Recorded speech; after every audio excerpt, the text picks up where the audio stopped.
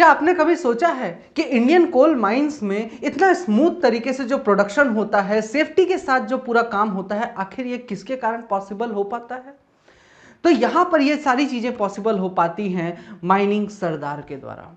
Mining sirdar, चाहे मैं mining operation, coal mining operation से रिलेटेड सेफ्टी की बात करूं, या इससे रिलेटेड एफिशिएंसी की बात करूं, या पूरा का पूरा ऑपरेशन कंडक्ट कराने की बात करूं, माइनिंग सरदार का अलग ही रोल होता है यहां पर। माइनिंग सरदार जितने भी अंडरग्राउंड या ओपन कास्ट ऑपरेशंस होते हैं उन सभी का सुपरविजन भी करता है। इसके साथ ही देखता है कि भाई कहां कहां इंस्पेक्शंस वगैरह अगर करने होते हैं तो सेफ्टी इंस्पेक्शंस भी एक माइनिंग सरदार के द्वारा ही किया जाता है। ग्राउंड लेवल पर रहकर माइनिंग सरदार के द्वारा जो सेफ्टी इंश्योर की जाती है कि सारे माइनिंग ऑपरेशन सेफ्टी के साथ एंड एज पर रेगुलेशंस हो, इवन कि सारे वर्कर्स को मैनेज करना एंड उनसे काम करवाना ताकि प्रोडक्शन हो सके, जो प्रोडक्शन का प्रोसेस है वो सही तरीके से हो सके, या उससे रिलेटेड कोई काम है उसको सुपरवाइज करना भी माइनिंग सरदार की जिम्मेदारी होती है।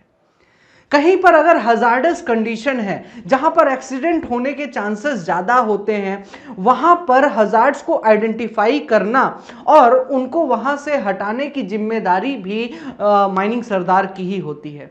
तो जो ग्राउंड लेवल पे जो व्यक्ति इतना सारा काम संभालता है ताकि स्मूथ तरीके से पूरा कोल माइंस चल सके, आखिर उनकी क्या क्या सैलरी होती होगी और क्या उनको सुविधाएं दी जाती होंगी, आज के इस वीडियो में हम यही देखेंगे। तो हेलो गाइस, मेरा नाम है देवेंद्र सिंह तोमर और माइनिंग ज्ञान की यूट्यूब चैनल पे एक बार फिर से आप सभी का स्वागत है। तो आज का इस वीडियो में हम यही देखने वाले हैं कि माइनिंग सरदार की क्या सैलरी होती है कोल इंडिया लिमिटेड में, क्या सुविधाएं उनको दी जाती हैं, है ना, और कैसे अलग अलग सब्सिडरी के में इसका सैलरी का वेरिएशन भी होता है। जरूरी नहीं कि हर सब्सिडरी में आपको सेम सैलरी ही मिलती है या सेम सुविधाएं दी जाती हैं। तो चलिए देखते हैं क्या है आखिर माइनिंग सरदार की सैलरी। तो जैसा कि आप लोग ये देख पा रहे हैं, यह एक माइनिंग सरदार की सैलरी स्लिप है। इनको 1 साल ज्वाइन किए हो गया है। तो बेसिकली हम यहाँ पर सुविधाएं देखेंगे। सैलरी पहले बेसिक पे वगैरह सब कुछ कम रहता है, फिर धीरे धीरे सैलरी इंक्रीमेंट होते होते बढ़ती चली जाती है। और ये बेसिकली जो सैलरी स्लिप है ये आपका एनसीएल का सैलरी स्लिप है, नॉर्दर्न कोलफील्ड्स लिमिटेड का, जहाँ का प्रोडक्शन इतना ज़्यादा है कि वो अपने वर्करों को बढ़िया सैलरी देता ही देता है। तो चलिए देखते हैं क्या क्या चीज़ें हैं। तो सबसे पहले तो इनका बेसिक की अगर मैं बात करूँ तो इनका बेसिक जो है तो 4,48,750.15 रुपीस इनका बेसिक है। ठीक है, अब बेसिक के बाद आपका दिया जाता है variable dearness allowance. Variable dearness allowance basically आपका बेसिक का यहां पर 20.1% होगा। ठीक है, ये वेरिएबल डियरनेस अलाउंस सीपीआई के द्वारा हर 3 महीने में अपडेट किया जाता है। बेसिकली जैसे कि आपका बेसिक तो भाई 10 साल में एक बार रिवाइज होता है। ठीक है, जब पे कमीशन आता है तो आपका ये सैलरी एक बार फिक्स कर दिया गया, लेकिन जैसे जैसे समय बढ़ता जाएगा तो आपका महंगाई भी बढ़ेगा, तो उसके लिए आपका डियरनेस अलाउंस दिया जाता है कि महंगाई के साथ साथ आपका जो खर्चा बढ़ता जाएगा तो उसको भी यहां पर कवर अप किया जाता है। तो ये बढ़ते बढ़ते 20.1% हो गया है। सीपीआई हर 3 महीने में डियरनेस अलाउंस जो है तो अपडेट करती है। अब ये जैसे ही आपका 10 साल पूरा हो जाएगा फिर से नया पे कमीशन आ जाएगा तो ये घटकर 0 हो जाएगा। ठीक है, नेक्स्ट देते हैं यहाँ पे स्पेशल डियरनेस अलाउंस। ये बेसिकली 875.05 रुपए होता है। ये आपका जगह जगह के हिसाब से वैरी करता है। मतलब कि आप अगर जैसे अभी एनसीएल है तो भाई यहाँ पे सिंगरौली वाले एरिया में काम कर रहे होंगे। ठीक है, तो जो अलग अलग सब्सिडरीज का जो लोकेशन होता है रीजियन वाइज कि वहां पे कितना महंगाई है, रहने में क्या क्या दिक्कतें आ सकती हैं, उसके बेसिस पे एक लमसम अमाउंट आपका यहां पर दे दिया जाता है। अगर मैं बेसिक के रेस्पेक्ट में देखूं तो 1.8% ये आपका यहां पर आता है। नेक्स्ट आ जाता है ट्रांसपोर्टेशन सब्सिडी। आपके आने जाने का जो खर्चा है वो भी आपका यहां पर दिया जाता है। अब ये जो ट्रांसपोर्टेशन सब्सिडी है ये आपका हर बार रिवाइज होता है। इस सैलरी स्लिप के लिए जो ट्रांसपोर्टेशन सब्सिडी दिया गया था 28.15% आपका दिया गया था। ठीक है, तो ये आपका कैसे कैलकुलेट किया जाता है? ठीक है, परसेंट नहीं है, बेसिकली ये आपका रुपीस कह सकते हैं, 28.15 रुपीस आपका कह सकते हैं इसको, ठीक है। अब ये कैलकुलेट कैसे किया जाता है, इसके लिए आपका जैसे कि इनकी जो अटेंडेंस थी वो देखा जाता है इस केस में, कि अगर इनकी अटेंडेंस 20 दिन इनका अटेंडेंस वैसा रहा है नॉर्मल डेज में और इनके पास संडे रहे हैं, ठीक है, तो टोटल इनका वर्किंग डेज हो गया 25 डेज, इनका वर्किंग डेज हो गया, ठीक है। तो 25 इंटू 28.15 रुपीज आपका एक दिन का 28.15 रुपए दिया जा रहा है, तो उसके बेसिस पे आपका 718.75 रुपए आ जाता है। तो ये ट्रांसपोर्टेशन सब्सिडी हो गया। नेक्स्ट आता है प्रोडक्शन इंसेंटिव। अब प्रोडक्शन इंसेंटिव की अगर मैं बात करूं तो ये प्रोडक्शन इंसेंटिव आपका क्या दिया जाता है, इनका बेसिकली ये सिर्फ और सिर्फ एनसीएल में ही दिया जाता है ये इंसेंटिव, अदर सब्सिडरीज में ये नहीं दिया जाता है, चूंकि एनसीएल का प्रोडक्शन इतना ज्यादा है, वो प्रॉफिट में इतना रहता है कि वो देता है अपने वर्कर्स को। तो अगर आप एनसीएल में हैं तो आपको प्रोडक्शन इंसेंटिव मिलेगा ही मिलेगा। नेक्स्ट आता है वीक ऑफ, ठीक है। वीक ऑफ बेसिकली आपका प्रोवाइड किया जाता है अलग से कि आपने कितने दिन संडेज किए हैं, ठीक है, आपने रेस्ट नहीं लिया, आपने संडे किए हैं, डबल भी मिलता है यहां पर इनको, तो उसके बेसिस पे आपका 13,713.24 रुपए दिया जा रहा है। नेक्स्ट आता है आपका over time. Over time basically यहां पर अलग से दिया जाता है, ठीक है, एनसीएल में ओवर टाइम दिया जाता है क्योंकि यहां पर ना वर्किंग आवर्स थोड़ा लंबा खिंच जाता है, तो ओवर टाइम अगर आप करते हो तो इनको ओवर टाइम भी मिलता है। एग्जीक्यूटिव के केस में ओटी नहीं ऐड होता है, लेकिन माइनिंग सरदार के केस में ओवर टाइम इनको दिया जाता है। अब ओवर टाइम का अलग अलग सब्सिडरीज का अलग अलग रहता है, क्योंकि किसी सब्सिडरी में कुछ होगा, किसी सब्सिडरी में अलग अलग रेट इनके होते हैं। तो यहाँ पे 8,428 रुपए आपका ओवर टाइम का दिया जा रहा है, ठीक है। अब जैसे कि इन्होंने कितने घंटे ओवर टाइम किए, ठीक है, तो इन्होंने टोटल 6 घंटे अगर ओवर टाइम ओटी किया है तो इनका 6 आवरली बेसिस पे 6 घंटे के हिसाब से दे दिया जाता है, जो आपका बेसिक होता है उसी के हिसाब से निकाला जाता है कि भाई 8 घंटे की ड्यूटी का इतना है, तो उसके बेसिस पे आपका ये दिया जाएगा, ठीक है। नेक्स्ट आता है आपका चार्जिंग अलावेंस। चार्जिंग अलावेंस क्या होता है, यह आपका दिया जाता है बेसिकली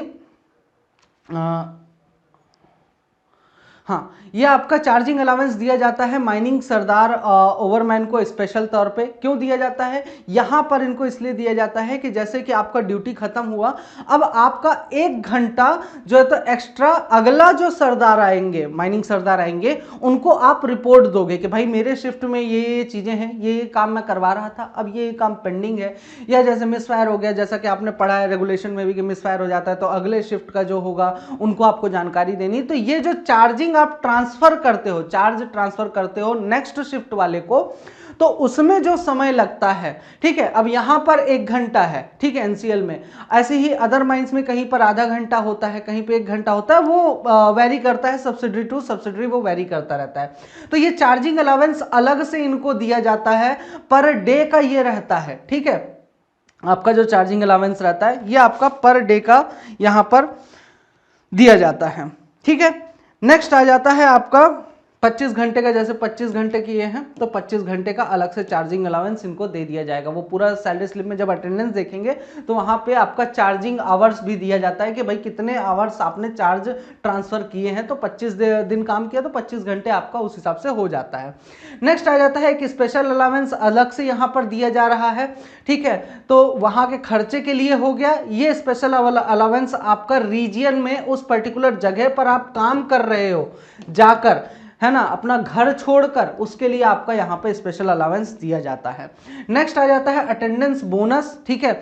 ये अटेंडेंस बोनस आपका बेसिकली डिपेंड करता है किस पे, ये आपका बेसिक का 10% होता है। कितना होता है, बेसिक का 10% आपका होता है, ठीक है। ये आपका हर 3 महीने में दिया जाता है, 3 मंथ्स में एक बार, क्वार्टरली बेसिस पर ये आपका दिया जाता है, ठीक है। अटेंडेंस बोनस हर 3 महीने में एक बार, बेसिक जितना होता है उसका 10% आपका 3 महीने का एक साथ दिया जाएगा, ठीक है। तो ये 3rd मंथ था, इसलिए आपका यहाँ पर अटेंडेंस बोनस आपको देखने को मिल गया है। चलिए अब आगे देखते हैं। ये तो था पूरा का पूरा इनका अर्निंग का सेक्शन। अब अर्निंग के सेक्शन में और क्या क्या चीजें दिया हुआ है यहाँ पर, तो यहां पर इनकी जो टोटल अर्निंग हुई है, टोटल ग्रोस जो अर्निंग है वो है 1,24,083.67 रुपीज, ठीक है। इसके बाद इनका जो अब पीएफ का ग्रोस बनता है, पीएफ का ग्रॉस मतलब कि पीएफ ग्रॉस जैसे कि यहां पे दिया हुआ है ना आपका 95,850.17 रुपीज। अब इसके पीएफ ग्रॉस में क्या क्या चीजें इंक्लूड होती हैं, ठीक है। बेसिकली तो पीएफ ग्रॉस में आपका इंक्लूड होता है, बेसिक पे को इंक्लूड किया जाता है, बेसिक पे को इंक्लूड किया जाता है। इसके बाद आपका वीडीए को इंक्लूड किया जाता है, प्रोडक्शन इंसेंटिव को आपका इंक्लूड किया जाता है, ठीक है। एंड स्पेशल अलावेंस है ना, स्पेशल अलावेंस वगैरह को आपको इंक्लूड किया जाता है। कि मतलब कि आपका कौन कौन सा सैलरी में कौन कौन सी अर्निंग ऐसी है जिनका हम पीएफ आपको देंगे, जिन अर्निंग्स का मैं पीएफ आपको दूंगा, वो अर्निंग्स का ही आपका क्या होता है, आपका टोटल पीएफ ग्रॉस से निकाला जाता है। पीएफ ग्रॉस में वो चीजें इंक्लूड होती हैं, ठीक है। तो चलिए देखते हैं अब डिडक्शंस कितना होता है इनके सैलरी में, ठीक है। अब यहाँ पे डिडक्शंस की अगर मैं बात करूं तो सबसे पहला तो आता है कोल माइंस प्रोविडेंट फंड, आपका सीएमपीएफ, ये आपका 11,502 रुपए होगा। बेसिकली 12% आपका जो पीएफ ग्रॉस है, जो ग्रॉस पीएफ है उसका 12% आपका दिया जाता है, ठीक है। नेक्स्ट आ जाता है आपका सीएमपीएस कोल माइंस पेंशन स्कीम, ये आपका 4,098 रुपए है। ये ग्रॉस पीएफ का 4.27% आपका रहता है, ठीक है।